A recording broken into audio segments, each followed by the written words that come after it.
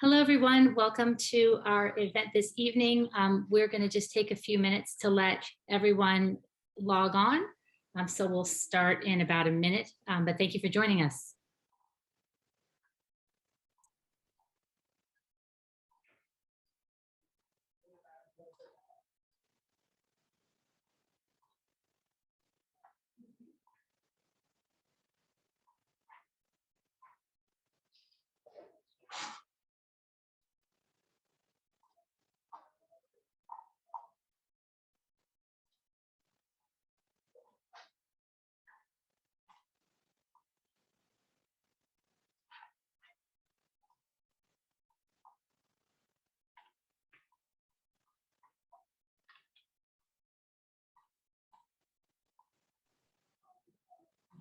All right, everyone. Thank you all for joining us. We'll go ahead and get started with this evening's presentation.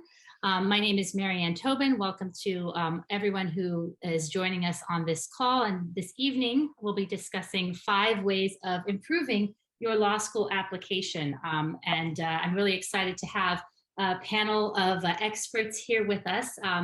I'll introduce myself. My name is Mary Ann Tobin. I'm the Assistant Dean for Professional Education at the College of Arts and Sciences. I'll be talking to you a little bit about our 1-year master's programs and a joint 3+3 option that we have with the law school. But we also have Kat Schroll, Naomi Ross, and Keishla Marengo. So if you ladies don't mind going around and introducing yourself to get us started, and then we'll begin our program. Kat, would you like to go first? Sure, absolutely. Welcome, everyone. I'm Kat Schroll. I'm the Associate Dean for Admissions and Enrollment Management at Miami Law, and I'm delighted to have you here. And Naomi? Sure. I am the AmeriCorps recruiter based out of Toppel Career Center and happy to be here. And Keishla. Thank you. Hi, everyone. I'm Keishla Marengo, and I'm the Associate Director of Career Readiness at the Toppel Career Center. I work closely with our pre-law advisor here at the Toppel Career Center. Thank you for being here.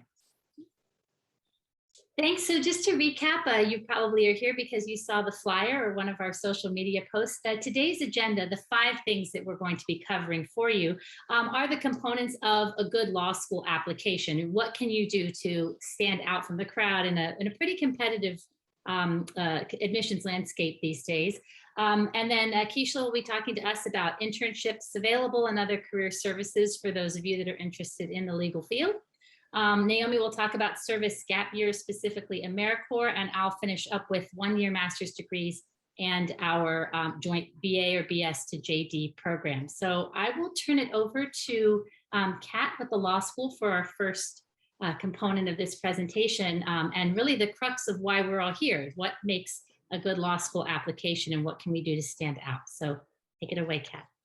Absolutely. So the law school application process for many students is a really daunting process because they think it's hard to navigate, or they just feel like there's a lot of components that are kind of, you have to put them together in kind of a rush period. And I think that the problem becomes that students get to the timeline of law school and are not really prepared. So our goal is to really making sure that you are anticipating kind of what comes next. And just to kind of get a sense of who's in the audience, and I think, can they raise their hands? Yes, right? So can you raise your hands if you are applying this year for law school? So starting fall 2022. Okay, most of you are not. So that is excellent. If you are, and this is gonna be a little bit more broad, and you probably went through these steps already, but I think it's kind of helpful to kind of outline a few things. And I only have a limited amount of time, so I want to make sure that that you have a good sense of kind of where the law school application process will take you. So let me put a slide up because I think it will help kind of frame the conversation. 1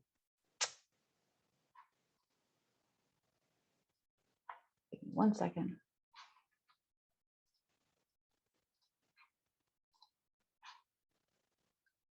Alrighty, here we go. So I think, so these are, I'm not going to go over this whole thing, but I want to make sure you get a screenshot of it. So if you're really early in the process, take a screenshot of this. This gives you an outline of what you should be doing in the process in terms of how you're getting to the law school application process and what are steps that we consider very important. So if you have decided that law school is what you want to do, the first 3 steps are sign up for the LSAC, so the Law School Admission Council, which is the group that governs the test and has basically the aggregate resources for all law schools at the national level. If you register with them, you are basically plugged into all of the resources and services, as well as all of the law schools in the country have access to this database so they can connect with you. The second thing is talking to your pre-law advisors. You have pre-law advisors on campus. You should be checking in with them. You have it at Toppel, you have it at the College of Arts and Sciences, and you have it in other places. You have it at the law school. So there's a lot of people on campus already that want to help you. So I think that ends up being really important. And there's a few things in terms of a timeline so that you guys kind of have a sense of, you know, attending events, when to study for the LSAT, and what the timeline is. So timeline is going to be one of the key components of making sure that you have a successful application process. We want to make sure that you know exactly what to anticipate so that you can prepare best. The LSAT governs a lot of that timeline because you should allot a lot of time to study for the LSAT. Most people would leave at minimum 3 months, on average, anywhere from 4 to 6 months, and some need 9 or 12. It's not based on how smart you are, it's based on how good are you taking tests, specifically skill-based tests that test very differently than a GRE or a GMAT exam, because the LSAT is based on skills and they're testing how good are you at taking this test for these particular skills. The good news is there's a lot of free resources out there. Khan Academy is your top resource available. It's managed through the LSAC system. There's a full LSAT course that is part of the Khan Academy that you can access as early as today. So that's kind of to set you up for those that are really, really early in the process. Next slide is for people who are in their actual application year. So what does an application year look like? The application process for most law schools is September 1st through the summer right before you start. The early period for submitting an application is September 1st to December. And you'll basically have an outline of what the application year looks like.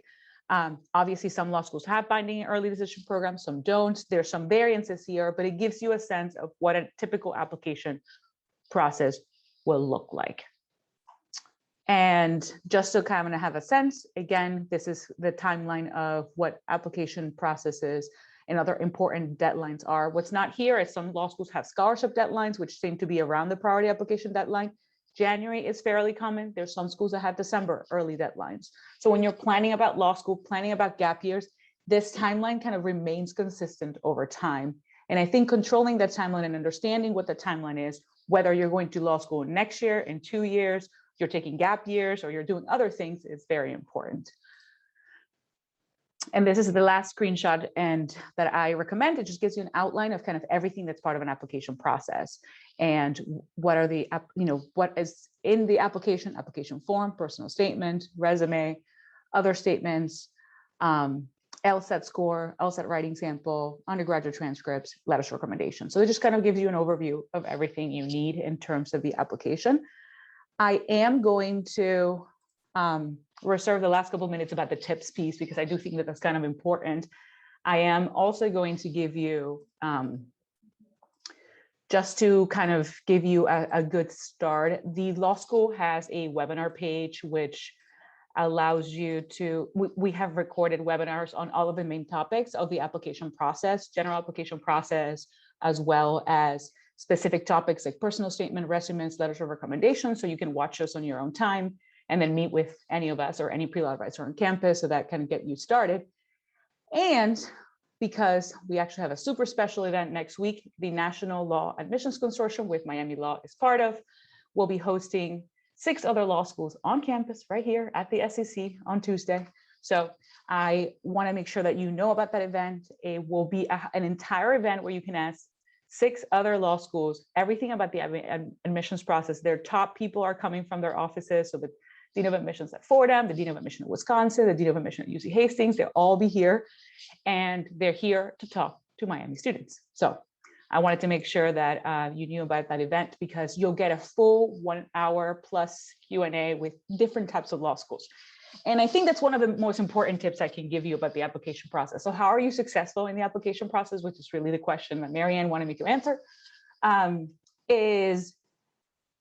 first is understanding the process well and making sure you map up the timeline.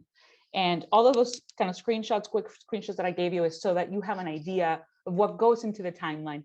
Not that you get overwhelmed by it, but that you start planning early. So if you're a sophomore, junior in this call, or even a senior that's taking time off, so you're 2 years, 3 years away, I just gave you basically what you have to do to make sure that you don't feel overwhelmed by the process.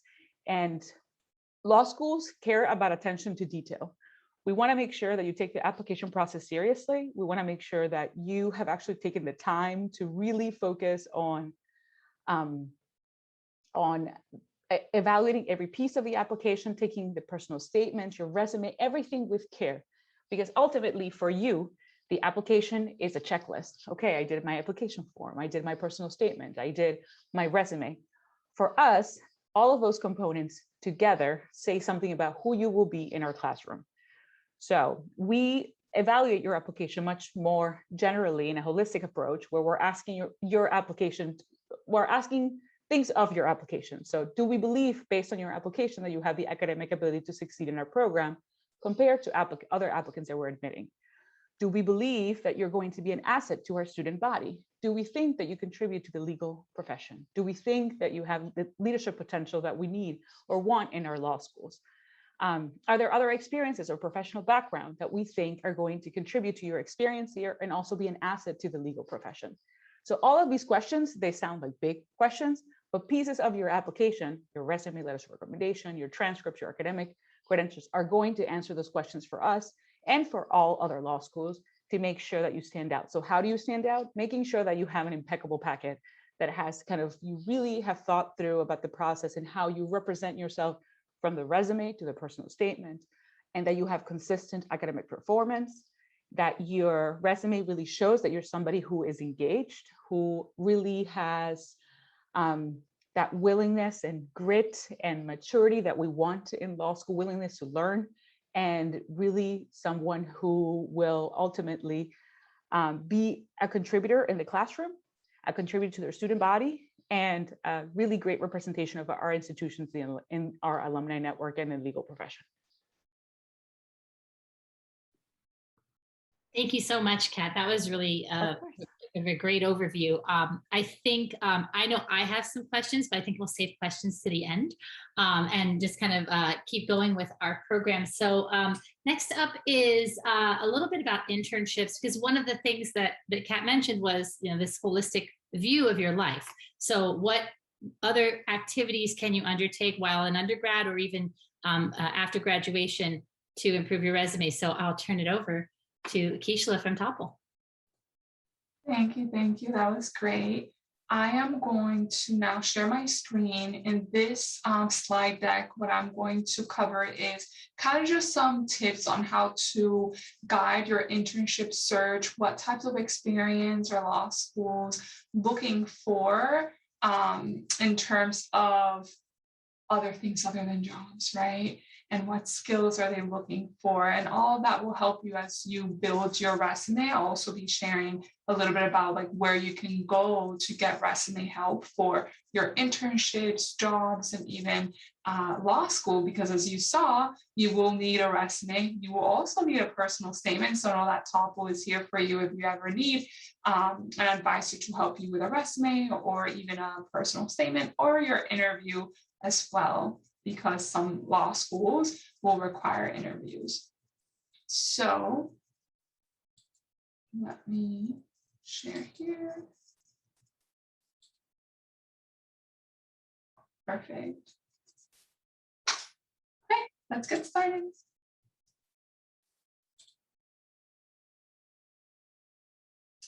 The first thing I would like to share with all of you is something that we call career circles. At Toppel, we have 10 career circles which are pages. Each of the career circles are featured on a page. Each of those pages features different resources, articles, jobs, internships, mentors, events as well relevant to that career circle. So we have a social sciences and pre-law career circle. On this slide, we give you the link for that career circle, and I believe you will all probably get a copy of this. If not, you can always email me directly and I'll put my information in the chat box after I'm done. So when you think about your internship search and what you're looking to do, right, what you're planning to do to prepare for law school and to strengthen your application, one of the questions that you may have is, what types of experiences do law schools value? And the answer to this is a variety of different experiences. Law school admissions, they look for active citizenship. So that means being involved in leadership and campus engagement opportunities that will strengthen your applications, similar to what Kat mentioned, a variety of different experiences. And you don't just need internships in the law or the legal field. Think about your interests, right? You may have interest in the environment, right? So maybe looking for experiences there. Because remember, even with law, there's a lot of different sectors of law. And now, to just expand on this one, do I need to find an internship in a law firm or legal office? The quick answer to this is no. You do not need to pursue internships that are directly related to law. However, when we suggest that you search for internships that will allow you to build relevant skills and experiences, while also following your interests. If you really, really want an internship in a legal or a law area, we advise you to contact, for example, local law firms in your area of interest for internship opportunities. Today, I'll show you very briefly how to use our Handshake platform, which is our job and internship platform, to search for internships, jobs, and also to access a database of employers with contact information, which will be really helpful as you navigate your internship search. Then an additional tip to continue to expand on this is, so you may be thinking, okay, experiences that will help me strengthen my application and help me build skills, but what does that look like? We encourage you to focus on opportunities that will, such as leadership, campus, community engagement, that will help you demonstrate and gain qualities that are necessary, like Kat mentioned, to succeed in the legal field or even in law school. Some examples of this is a very limited list. Some examples of these qualities are leadership abilities, motivation, self-discipline, advocacy, writing ability, which could be gained through, for example, doing research, right? Communication skills, and of course, analytical thinking. And you may gain these through student government, different debate teams, and different organizations on campus and in your community. So think about that. Where can you gain skills that will help you succeed in law school and in the field?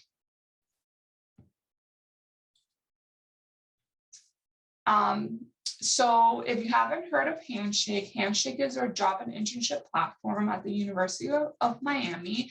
This is where you can go to do a couple of different things. You can, of course, like I mentioned, search for jobs and internships across multitude of industries.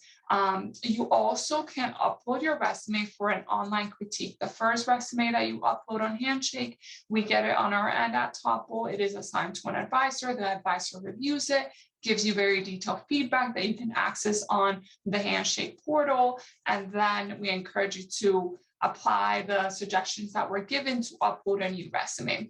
You can also research thousands of employers across all industries and access their profiles and their reviews. We have over 600,000 employers on Handshake.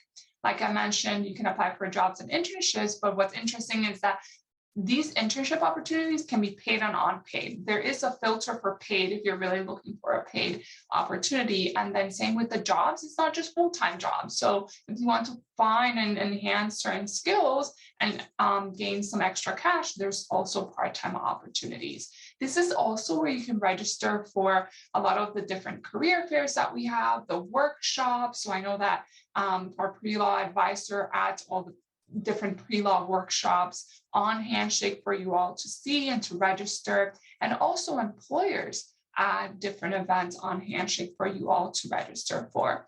The other thing is that you can expand your network because you can connect with those recruiters, alums, and even peers from other institutions that use Handshake.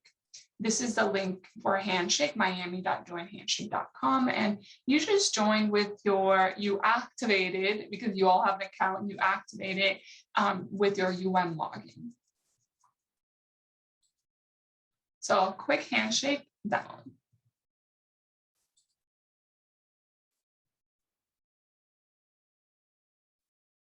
Let me share my screen here for the Handshake profile. So what I'm going to show you now is I'm going to log in as a student so you can see what the Handshake portal platform looks like from your end. So when you log into Handshake, of course, just like any other account, personal account that you may have on, for example, social media, maybe like LinkedIn, you have access to creating your profile, so you can build a profile.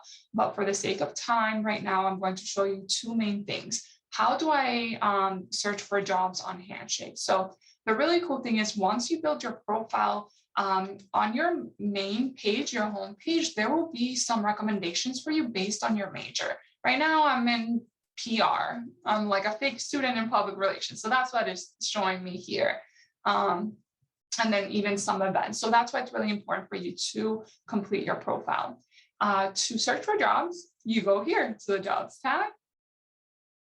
And when I refer to jobs, that also includes internships. So with this topic of searching for internships, remember what I said about you do not have to search for internships related specifically in law, but if that's something that you're interested in, then you will use keywords such as pre-law, law, or legal, or you can also apply other filters. Now, if you have other interests, I mentioned like environment or even health, right?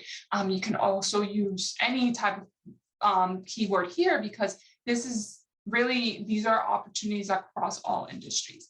So for the sake of the audience, I am going to just search one keyword here. It may have a lot, it may not. So with the word pre-law, it's telling me that I have currently, there's about 630 jobs opportunities found with that keyword. Now, if I were to filter with internship, then it's telling me there's over 105 opportunities currently posted with that keyword and the internship job type. Then, of course, there's additional filters, like you can search for paid opportunities only, or what if you didn't want to search for the word pre-law, but you wanted to see maybe all the opportunities posted by employers in a specific industry. You can search here, you can also type it up. I know that there's government, but then there's also legal and law enforcement together. So the important thing is for you to use a variety of keywords. Here you can see the description, you can see if you qualify based on the profile that you built. So that's why it's important for you to build it. And then also, if you would like, since we encourage you to use a variety of keywords, let's say you have one for pre-law, you have another one that just says legal, you have one that just says law, you can always save your searches. So what this does is when you save a search, you can name your search, and this will allow you to receive weekly notifications from Handshake about new opportunities that have been posted on Handshake within the last week that meet the criteria that you selected.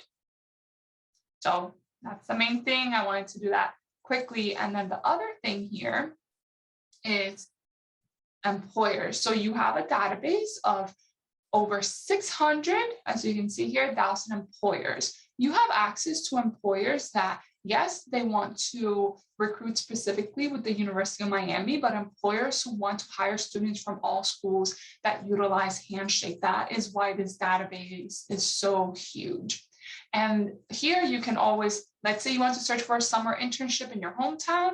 Again, these are opportunities across the whole country. So you can search by location, you can search by industry here. So I know that a lot of you may have other interests, right? I mentioned environmental, but if you wanted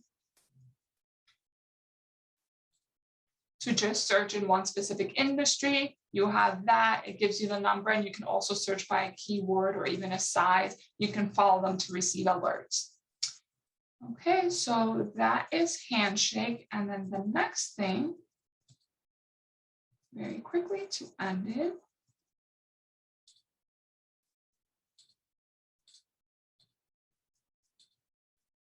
The next thing that I would like to share with you are a few links or some information about resume help. So on our website, hireacane.com, which you can see here in our logo, we have under resources, we have a bunch of resume samples, we have a resume guide, and we also have a cool website link that's called Life Career, where you can access different templates from across different industries, and they are free to use.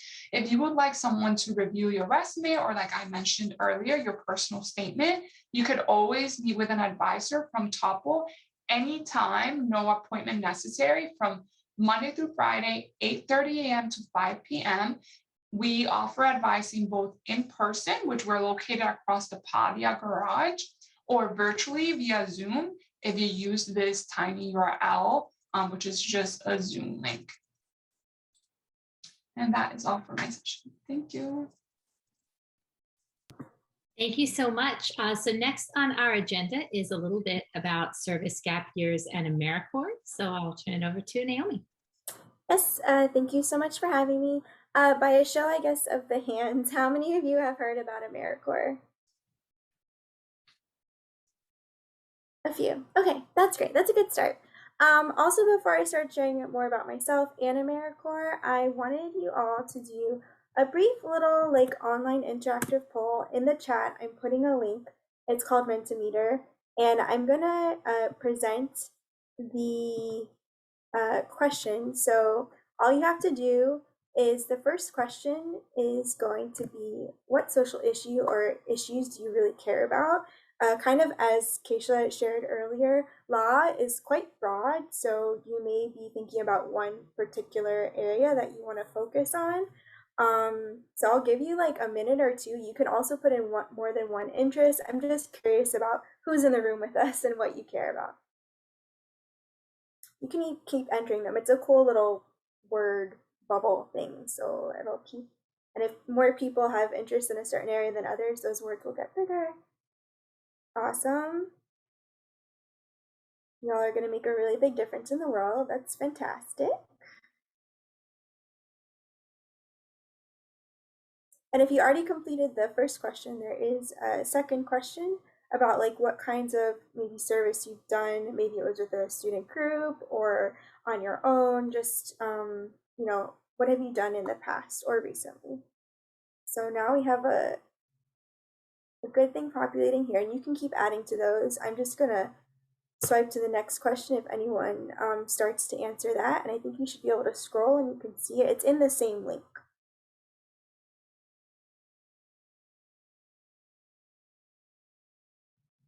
There we go. So let's see how good my eyes are. I think I just have to make this bigger. So far, people serving with a school club is most popular. Also, we have you doing it on your own. That's really awesome. A few doing it with faith-based groups, and a few with your classes. All right. So this is really great. And I'm going to go back to the first one, because all of these different issue areas are things that AmeriCorps programs address. And AmeriCorps is basically like a domestic Peace Corps. I'm going to stop sharing this and go into my slides. So I'm here to talk about not just service and volunteering, but careers in service. So sometimes they're called gap years, but they are jobs. And who am I? I joined Toppel last December, so almost been with them a year. I am an AmeriCorps alum myself. I did 3 different service terms. I was with Habitat for Humanity addressing affordable housing, Opelika Community Development Corporation. I addressed food equity and social justice like that. And then I was also based in UM's very own Civic and Community Engagement Office, working on a variety of projects. And my original educational background, I have a bachelor's in architecture. And you might wonder, how did you end up here? It's a long story. So there was also like a little video about AmeriCorps, but I think I might pass it because some of you are fairly familiar. So something that's really amazing about the AmeriCorps programs as of late, there was a huge influx of funding to support them. So when you're in AmeriCorps, you are part of this amazing national network. It's been around for decades. Every year there are thousands of members serving across the country. And there are also great benefits that are part of it. And being that it's paid, the additional funding that was approved by the Senate made sure that the stipends that you're getting biweekly or each month are higher. The benefits that you're getting are higher. So now is a great time to join because you're able to make that much more while you're doing AmeriCorps. Whether you decide to do it for 10 months, a year, the service terms vary, but I know from what I've heard and what we saw from the first presentation, when you have that time you're studying for your exams and things like that, you may want to do something with your time and make some money that you can contribute towards schooling or whatever the case may be. So these are, it's a great way to do that. The different impact areas, I mean, basically with everything that you are sharing that you're interested in, AmeriCorps programs can be focused on education, environmental stewardship, health, economic opportunity. There are some programs that are more so about disaster relief. Those are called like NCCC or FEMA. And they also will work really well for veterans and military families. I've kind of hinted at benefits. So your living allowance you get biweekly, monthly pay. And sometimes it varies on the program. It can be higher in some. They tend to really want you to truly know what it's like to be living the life of the people that you're serving. So you may be being paid wages that are less than what you would be used to, definitely not what you would get once you're a lawyer, but it is far more valuable than just what you're getting through your paycheck as well. Every single AmeriCorps program, you have an opportunity for an Ed Award. These days, it's over like $6,000. You can put that towards your schooling in the future. You can use it to pay off loans, and also when you are doing your service term, if you have student loans, those can be put on hold and they'll pay off your interest, and that can be super helpful. So many programs, I mean, you're going to get professional skills from that experience, but they may have even more that's part of it that aids you in your professional development. Whether it's, you're in a cohort and you come together every so often and there's guest speakers and they're sharing about, I don't know, so many different things that can help you down the line in your career path. And then because the network has been around for so long and it is national, you're really connected with amazing alumni. And, maybe you're looking for a job in another city, or you find a firm and they have a fellow AmeriCorps alum. It's just a great network to be part of. So something that I focus on primarily is the South Florida and Florida area when I'm getting the word out about AmeriCorps programs. And I created this interactive map just to give a kind of visual representation of where different programs are. However, you don't have to stay in Florida to do this. I've mentioned that these are national programs. Sometimes they have affiliates in different cities. So let's say you get a chance to speak with someone around here, but you're like, you know what, I actually kind of want to move to a different part of the state, or maybe I want to head back home and find something in that area. You definitely can. And I have been able to share about just like a needle in a haystack of the amount of programs that there are out there. There is something for everyone.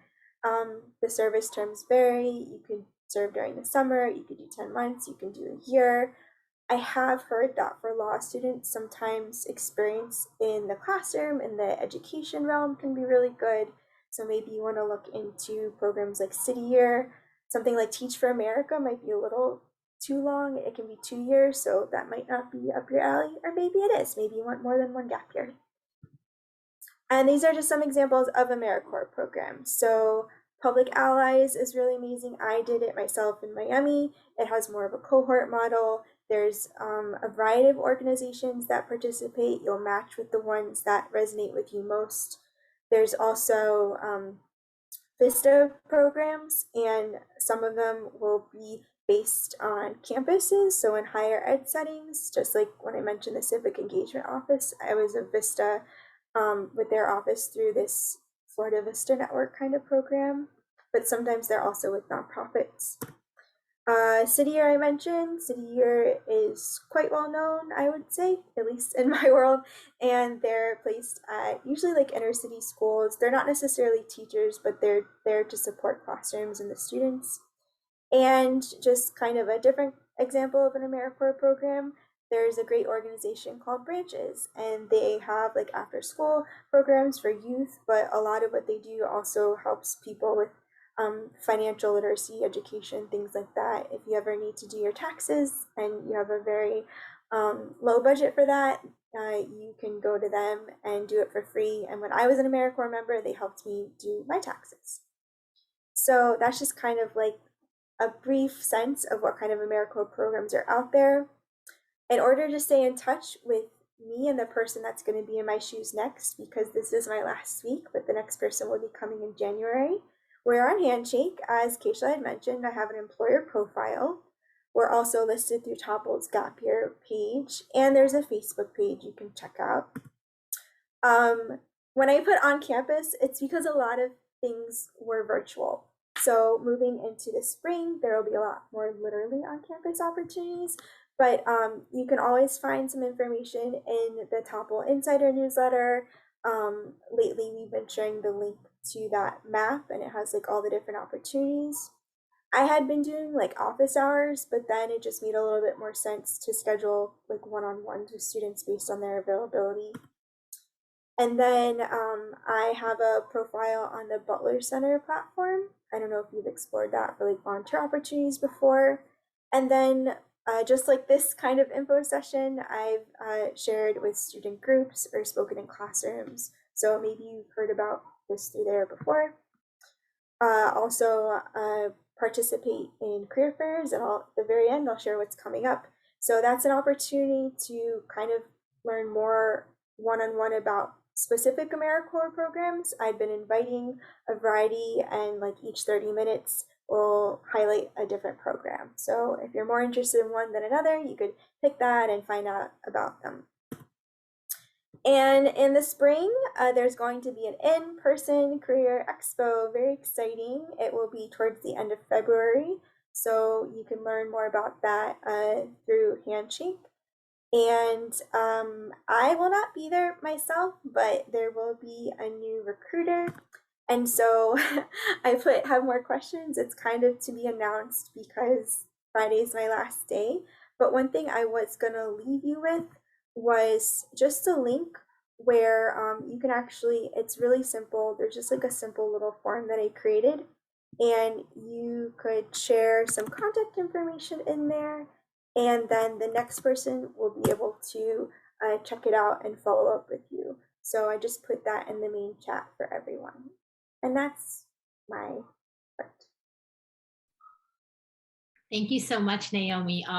We're going to miss you, but I'm so glad that you were able to share your wealth of knowledge. I have to share a little personal story. So my husband is an attorney, and he actually did a service year prior to going into law school, not with AmeriCorps, but with a Center for Ethics. But that's something that he took into his law school application, and then coming out of law school while doing his regular legal job, he also still volunteers pro bono for the public defender's office and for the legal services of Miami-Dade, which does landlord tenant matters and things like that. So I think once you engage in that type of service, even if it's just, as a boost or for a gap year or something to do, it becomes very ingrained in you and stays with you throughout your professional career. So I love hearing that. Everything you just said.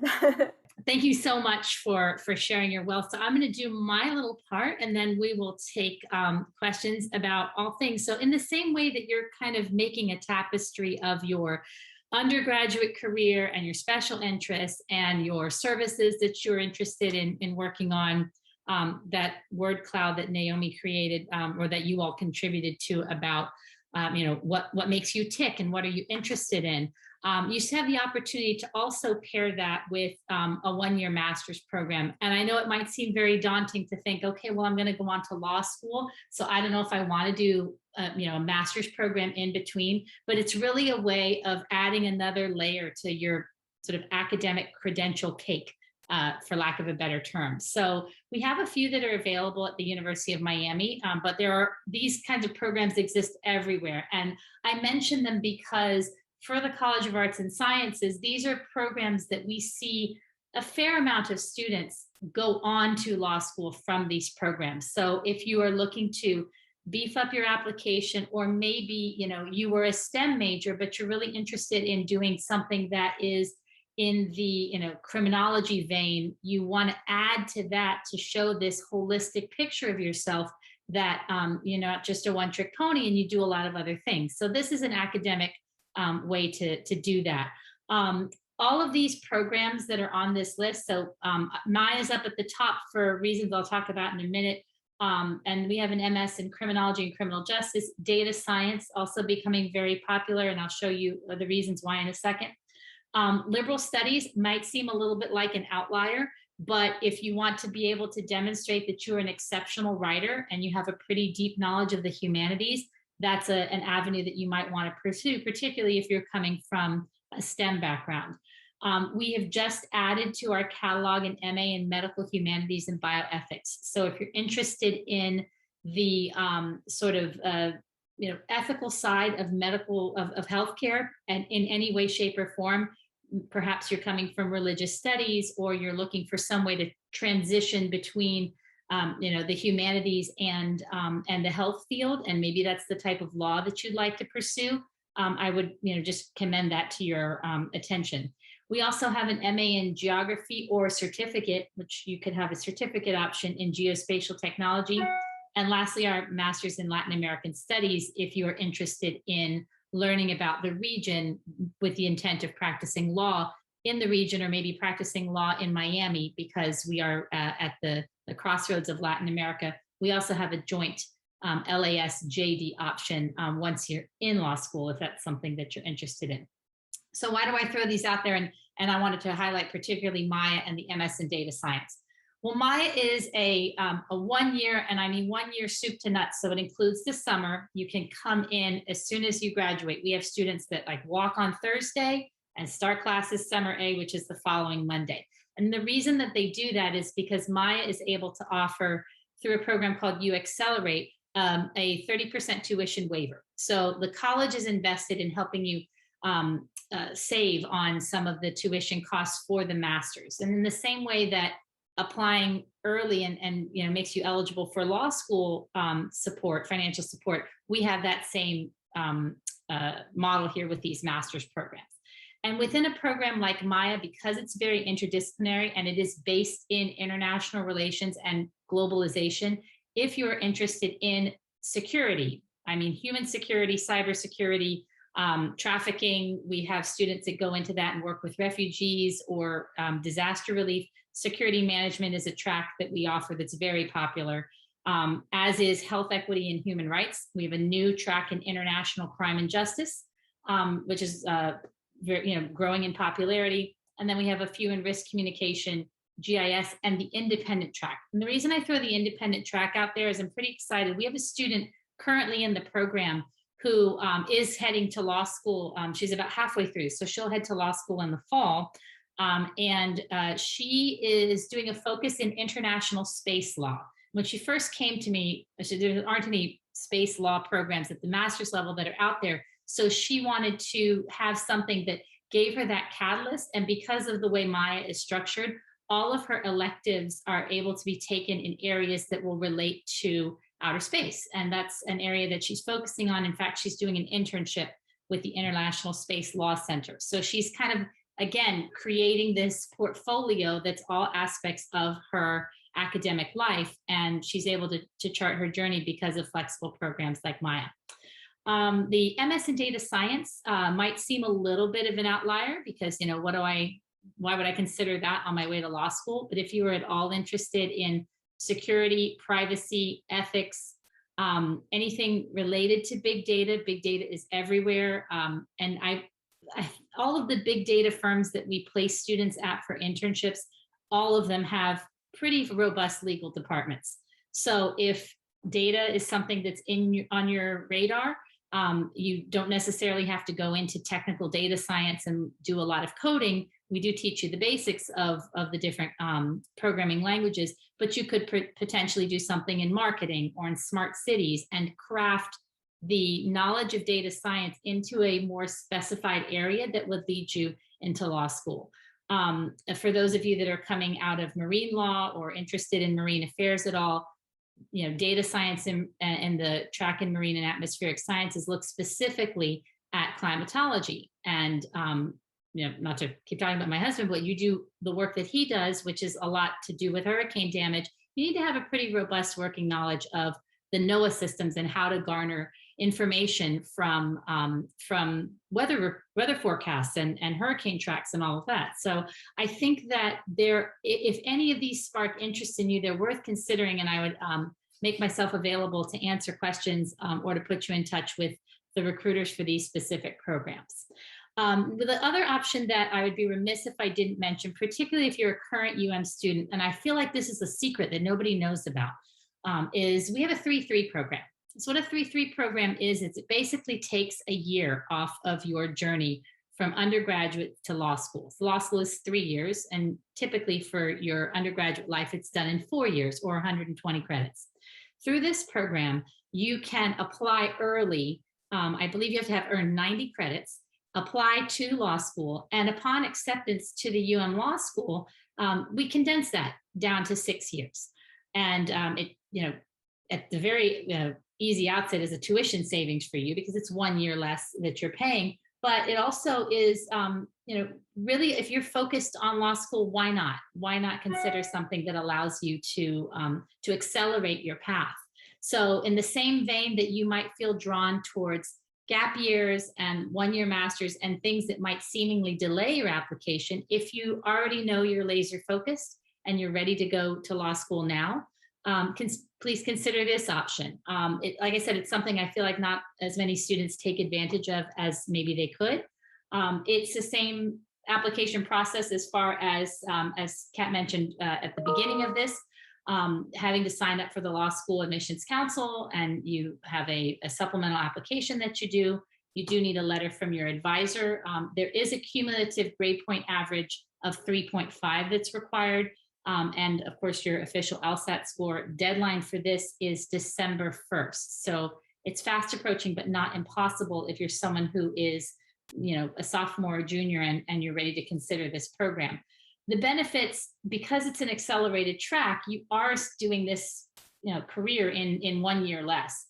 There's also an application fee waiver, and you're still eligible for merit-based scholarships if you qualify. It should note that, and it says this on the law school website as well, that a strong LSAT is required if you are going to put yourself forward for merit scholarships. I wanted to also share a couple of things. So if you're looking for more information about the 3-3, you can actually find it in 2 places. So you can find it on the law school website. Sorry about that. My screen share is being a little goofy. So you can find it on the law school website, joint degree program for 3-3, 3+3, or if you go to the regular undergraduate admissions site, you may have seen this already if you were admitted to as an undergrad. We have all of the dual degree, 4+1 programs listed there, but this is the dual 3-3. And it basically details everything I just covered, that if you're coming out of, the College of Arts and Sciences, you do have to be in residence the last year. So your last 45 credits of your undergraduate life have to be taken at UM, not transferred in. But if you meet these criteria, I think it's definitely worth looking into. The last thing I want to share with you before we take questions, since we were talking a little bit about events, Maya, the first master's I mentioned, is pretty active in having a speaker series. We have professional development sessions that are threaded into the program. And sorry, the landscapers next door are going to start in the dark. But we do have one next week that is on leadership and foreign policy. And the speaker is Ambassador Liliana Ayalde. She's just retired as the deputy, a civilian deputy for U.S. Southern Command. She was also the ambassador to Paraguay and Brazil. This is online, open to anyone. So come and ask all the foreign policy leadership questions that you have. But I mention it because regardless of whether you pursue a gap year or a master's program or anything, I recommend that you feast on these kinds of events. Whatever sort of it piques your interest, go to, because the people that come and do these events, at least for the college and I think across the university, are very open to inquiring students. Ambassador Yalde visits us once or twice a year, and inevitably she gives students, her email address. She can connect people. We have a Major Terp who's from the Miami-Dade Police Department. When he comes, he kind of connects the dots for students. And what ends up happening is that our students find, through tools like Handshake and through these individual networking opportunities, they end up having these really great experiences. I mentioned international space law. We have a student who's interned at FEMA.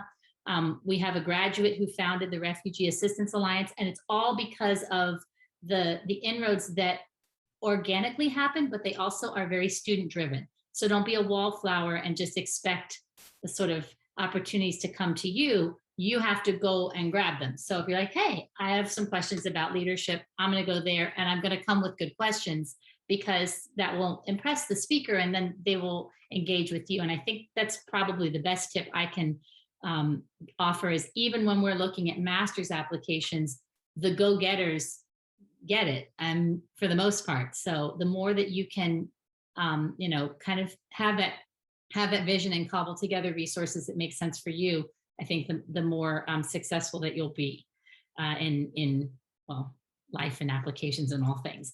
So my last little slide is just a thank you for questions and for the four units represented here. I'll stop talking now. And if you have any questions, there is a Q&A or a chat. Yes, this recording will be shared. So do look out. I'll send an email to everybody who registered so you can have it. If you're interested in attending the event with Ambassador Ayalde, I just put the Zoom registration link in the chat.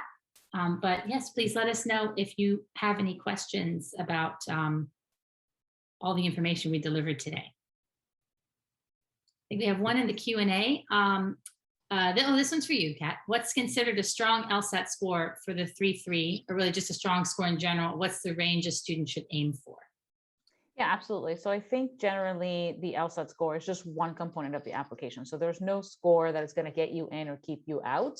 However, I think that a good way to assess kind of where you should be scoring to have a competitive score is based on the immediately previous class at matriculated numbers. So the last class at Miami had a median of 160, and at 25th percentile of 157, and at the 75th percentile, it was 163. So that gives you basically where the majority of students who matriculated at Miami were last year. So that's a good kind of gauge of where you should be. It doesn't mean that if you fall below that, you're not going to get in. It just gives you a sense where the majority of students that did get in and actually matriculated were. Is there a way to find that out? Like if you were applying to lots of different law schools, how do you attain that? So LSAC, so if you're applying to different law schools, I recommend going to lsac.org. You should be going to that website anyway. It has all of the lists of all of the schools, and also the ABA 509 disclosures. The American Bar Association actually has a requirement for law schools to disclose information in the exact same format.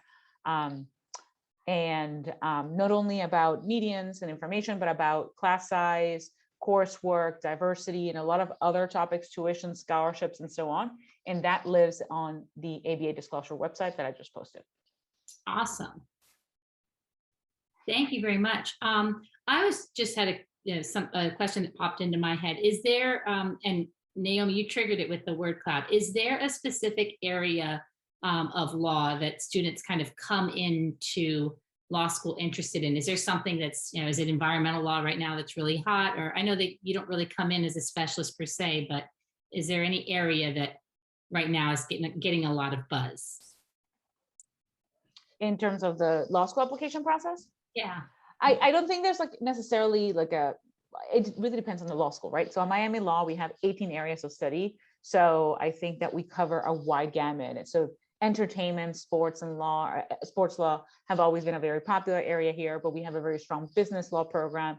Environmental law is a growing area. Intellectual property, technology law are also big areas that are growing. Social justice, because of all of I think especially around all of the events in the last 2 years, has been at the forefront of why students want to come to law school in terms of social change, social justice, public interest. So that's a big area for us, and we certainly have a lot of that. I think a good place to start, if you're kind of just learning about what the different areas are, we actually have a page that outlines different areas of study available and kind of what the coursework looks like for those areas. So I will post that on the chat so that you have a better sense of kind of what the different areas look like and how those intermix. So it's not like a major that you have to commit to a particular area, but it is to an extent a path of study in a way in which you're able to either stick to a particular area of study or actually mix and match or do concentrations and so on in law school. And that's a little bit more flexible than undergraduate. In terms of kind of the difference. So if a school provides a concentration or area of study or area of focus, there's different names for it. It means that the school offers the available curriculum or available number of courses in that particular area that you may be able to take. Miami has actually the 6th largest curriculum out of any law school in the country. So we offer over 300 courses per year. So you certainly have a lot of courses available.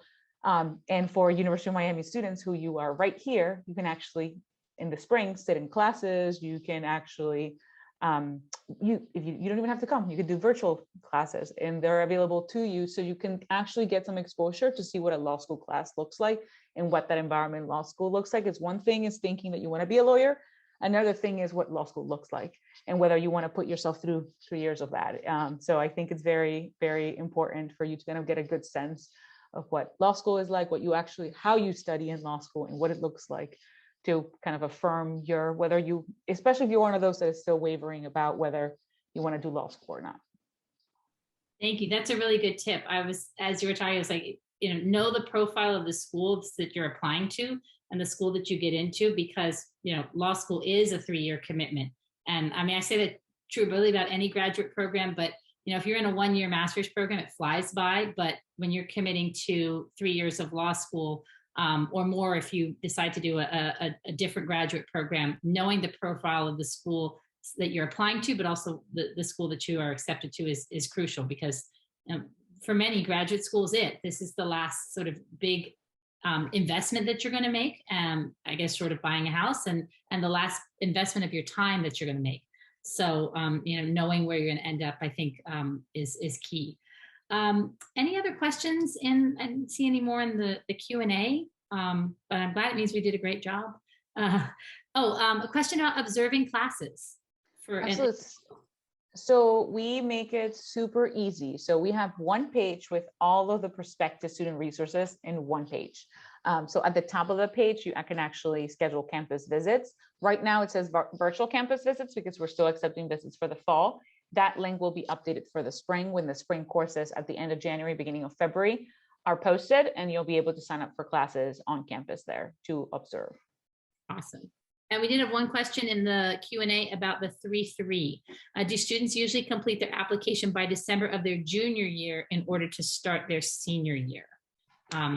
Yes. Yes, absolutely. And the earlier, the better. To an extent, you're competing against the complete pool of students. So you'll also have, so we actually recommend students apply as early as before Thanksgiving to make sure that you're in line to be competitive for admissions and scholarships and things like that. December 1st is kind of like the absolute kind of cutoff. And when we mean submit the application, we don't mean just a form. It means all components of the application. Your LSAT score has to be in by then and so on. So if you're a sophomore right now, it means that your spring and summer, you should be lining everything up so that fall of junior year, you're submitting everything in so that you can be reviewed and accepted by end of the year, so that by the time you become a senior or end of junior year, you'll already have everything arranged and approved before you even start your senior year / your first year of law school. That's an excellent question. Anything else for the panel? It's right at 6 o'clock, so we kept it to an hour. I want to thank all three of you, Naomi and Kat and Keishla. It's been really informative, and I'm glad we were able to provide this for all of you. If you have additional questions, you can email us directly. I think our names and emails are out and about now, and some posted in the chat window. Please reach out. Everything is still quasi hybrid, virtual, in person. So we're on emails a lot, and we want to be able to reach you even if we're not present on campus yet. Although hopefully it looks like the spring is going to start to turn around even more in that direction. So don't hesitate to reach out to us, and we wish you all a pleasant evening. Thank you all for joining us. Thank you.